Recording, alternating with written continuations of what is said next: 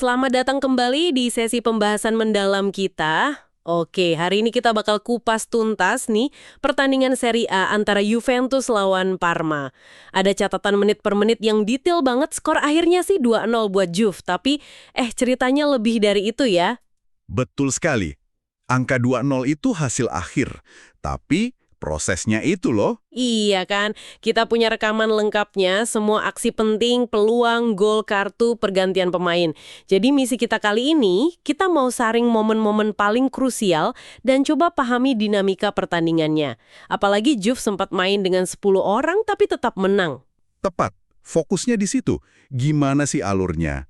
Ada drama, ada momen kunci, kartu merah juga kan? Ini yang biasanya bisa mengubah segalanya. Mari kita bedah bareng-bareng gimana Juventus bisa dapat 3 poin ini. Oke, kita mulai dari babak pertama ya. Iya. Dari catatan ini, kelihatan Juventus langsung ngegas gitu.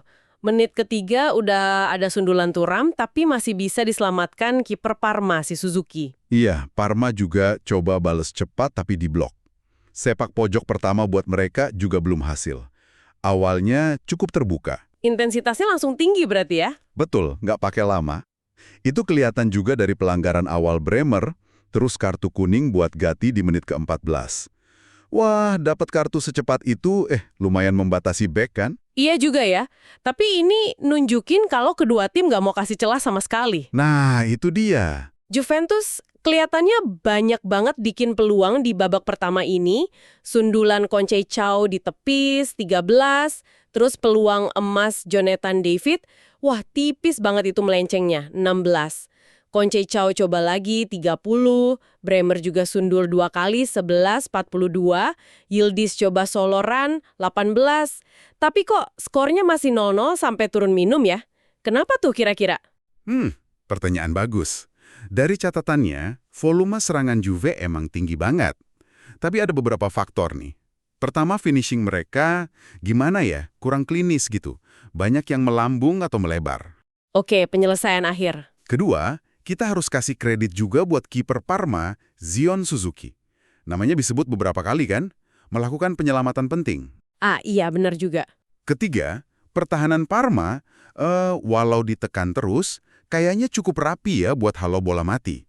Juve dapat beberapa kali sepak pojok, 14, 31, 40, tapi ya gitu, belum ada gol. Jadi kombinasi finishing Juve yang kurang efektif plus performa oke dari Suzuki dan pertahanan Parma ya.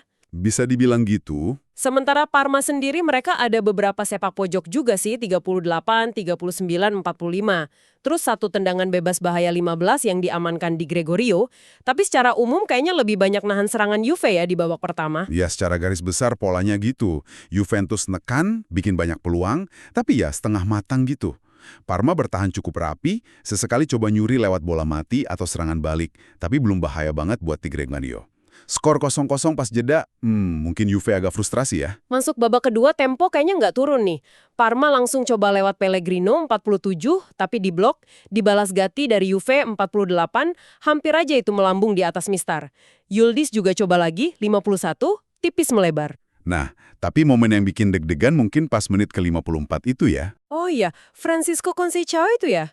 Aksi individunya bagus banget. Betul, lewatin lawan, masuk area bahaya, terus nendang. Tapi kena tiang. Aduh. Itu momen yang rasanya, nah ini gol, tapi ya belum rezeki. Sayang banget ya. Momen gitu bisa jadi titik balik loh, entah bikin semangat atau malah tambah frustrasi. Menariknya, habis itu malah kiper Parma, si Suzuki, yang dapat kartu kuning, protes kayaknya, 56. Mulai panas nih emosinya. Dan pas banget setelah momen-momen itu, ada pergantian pemain lumayan banyak di menit ke-57. Juve masukin João Mario sama Tunko Miners, Parma masukin Oliver Sorensen. Ini kira-kira tujuannya apa ya, terutama dari Juve? Biasanya pergantian gini, apalagi masuk 2 pemain sekaligus di tengah sama depan, João Mario ganti Gatti, Kup Moiners ganti Locatelli, itu buat nambah energi baru atau kreativitas, atau mungkin ubah sedikit cara nyerang. Butuh ide baru gitu ya? Kayaknya gitu. Mungkin pelatih merasa perlu sesuatu yang beda buat bongkar pertahanan Parma yang lumayan solid tadi. Kup Moiners kan kita tahu punya umpan bagus sama tendangan jarak jauh. Bisa jadi pemecah kebuntuan. Dan ternyata beneran langsung ngaruh. Cuma 2 menit setelahnya, menit 59, Gol pertama buat Juventus. Bisa diceritain sedikit prosesnya gimana? Gol ini mulainya dari sepak pojok pendek. Nah, variasi gini kadang suka bikin kaget pertahanan lawan. Yildiz terima bola, terus dia kirim umpan silang yang pas banget ukurannya ke kotak penalti. Oke. Di sana udah ada Jonathan David, tinggal sontek aja, tenang banget, presisi ke pojok kanan bawah gawang. Akhirnya pecah telur juga, 1-0 buat Juve. Peran Yildiz sebagai pemberi asis di sini penting banget. Lega banget pasti itu buat Juventus. Nah, setelah gol ini, tensi kayaknya makin tinggi. Pemain baru Parma, si Sorensen, langsung aktif ya, bikin pelanggaran 68 menit, terus dapat kartu kuning juga 70. Iya, agak keras mainnya. Sementara Yildiz, dia terus jadi ancaman utama Juve di fase ini kayaknya. Tapi ya itu tadi, Suzuki lagi-lagi nyelamatin tendangan Yildiz di menit ke-72. Suzuki lagi ya, keren juga dia. Betul. Penyelamatannya pas Yildiz dapat peluang bagus di menit ke-79 itu nunjukin kualitasnya sih. Kalau bukan karena dia, mungkin skornya udah beda. Terus ada pergantian lagi kan di menit 80, Juventus masukin Vlahovic sama Nicolas Gonzalez, narik keluar Davids dan Conceição. Parma masukin Benedicak.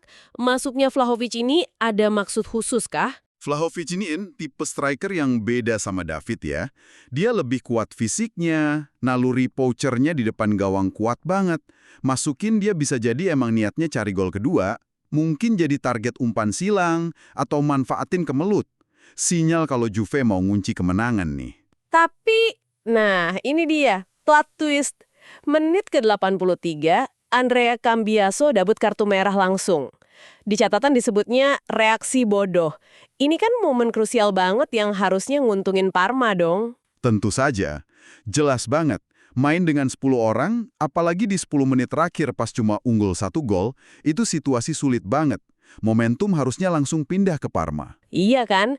Mereka unggul jumlah pemain. Waktunya juga masih ada buat nyamain skor. Pertanyaannya, gimana reaksi kedua tim abis insiden ini? Nah, ini dia bagian paling gilanya dari pertandingan ini.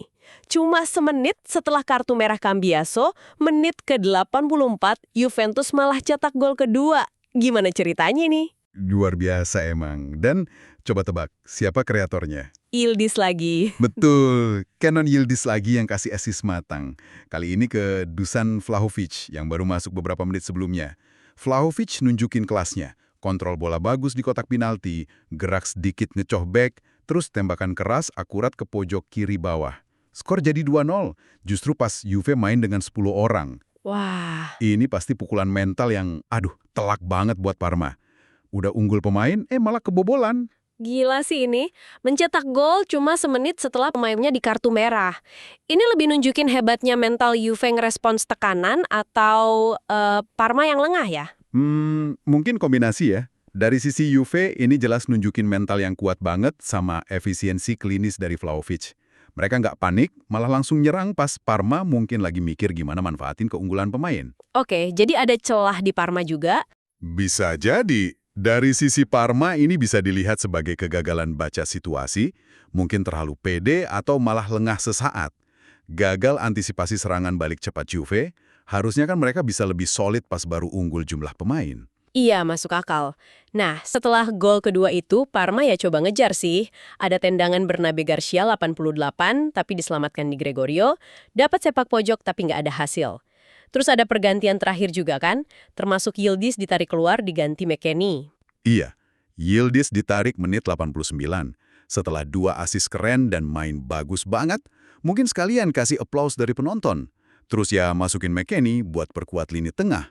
Kan udah unggul 2-0 dengan 10 pemain, jadi fokus bertahan. Dan Parma terus coba di injury time. Masih coba, tapi ya pertahanan Juve udah fokus banget nahan sampai peluit akhir dibunyiin wasit. Skor akhir tetap 2-0. Jadi kemenangan 2-0 yang diraih dengan cara yang, lumayan dramatis ya. Oke, coba kita tarik kesimpulan nih. Menurut Anda, siapa atau apa faktor penentu utama kemenangan Juventus ini dari catatan yang kita bedah tadi? Yang paling jelas sih penampilan Kenan Yildiz ya. Menonjol banget. 2 asisnya itu kunci pembuka gol Juve. Dia nggak cuma kasih umpan akhir, tapi dari catatan kelihatan dia aktif banget bangun serangan terus. Oke, Yildiz nomor 1. Terus? Tapi kita juga nggak bisa lupain efisiensi penyelesaian akhir dari Jonathan David dan terutama Dusan Vlahovic. Masuk sebagai pengganti, langsung cetak gol krusial kedua. Itu penting banget, Nah, soal respons Juventus setelah kartu merah, itu kan menarik banget. sangat menarik. Kemampuan buat gak cuma bertahan, tapi malah bisa cetak gol setelah kehilangan pemain itu nunjukin kualitas mental tim. Organisasi taktisnya juga pasti bagus. Mereka nggak panik ya. Betul, nggak runtuh di bawah tekanan. Ini ciri khas tim besar sih biasanya. Bisa nemuin cara buat menang walaupun situasinya sulit. Bukan cuma soal mental, tapi juga gimana pemain di lapangan tetap fokus, jalanin instruksi, dan manfaatin peluang sekecil apapun. Oke, kalau dari sisi Parma gimana kita nilainya? Mereka punya kiper bagus si Suzuki, tapi akhirnya kalah 2-0 dan gagal manfaatin keunggulan pemain. Parma nunjukin pertahanan yang lumayan solid ya di sebagian besar laga. Dan Suzuki emang bikin beberapa penyelamatan penting. Tapi masalahnya kayaknya di lini serang mereka. Kurang tajam gitu. Iya, susah banget bikin peluang bersih yang bahaya, kecuali dari bola mati atau tendangan jauh sesekali. Dan yang paling krusial yaitu tadi, gagal total manfaatin momentum emas pas unggul jumlah pemain di menit-menit akhir. Itu jadi catatan besar buat mereka. Jadi kalau kita rangkum nih, kemenangan Juve ini karena ada Yildiz yang main brilian, penyerangnya efisien di momen kunci, sama mentalnya kuat banget pasca kartu merah. Sementara Parma, walau bertahan lumayan dan kipernya oke, harus bayar mahal karena tumpul di depan dan gagal manfaatin situasi unggul pemain. Pergantian pemain Juve juga lebih jitu ya. Tepat sekali, gol pertama buka jalan, kartu merah harusnya jadi haratan Parma. Tapi gol kedua Vlahovic yang cepet banget setelah kartu merah itu bener-bener, gimana ya? Ngebunuh harapan Parma dan ngunci kemenangan Juve secara dramatis. Pembahasan yang seru banget nih dari catatan pertandingan ini. Nah, buat Anda yang menyimak, apa nih yang paling menarik perhatian Anda? Penampilan individu Yildiz yang keren banget? Mentalitas baja Juventus yang gak goyah sama kartu merah? Atau mungkin Anda justru lebih mikirin, kenapa ya Parma gak bisa maksimalin momen penting mereka itu? Banyak sudut pandang memang yang bisa diambil. Dan ini satu pemikiran terakhir buat Anda bawa pulang. Fakta kalau gol kedua Juve itu datang cepet banget setelah kartu merah, ini lebih nunjukin hebatnya taktik dan mental Juve manfaatin kelengahan sesaat lawan, atau ini justru nunjukin kelemahan fundamental Parma dalam ngelola ekspektasi dan tekanan pas lagi di atas angin? Cerminan kekuatan lawan atau kelemahan diri sendiri? Pertanyaan bagus tuh buat direnungkan. Sekian dulu pembahasan mendalam kita kali ini yang kita olah dari catatan detail pertandingan. Sampai jumpa di sesi berikutnya ya.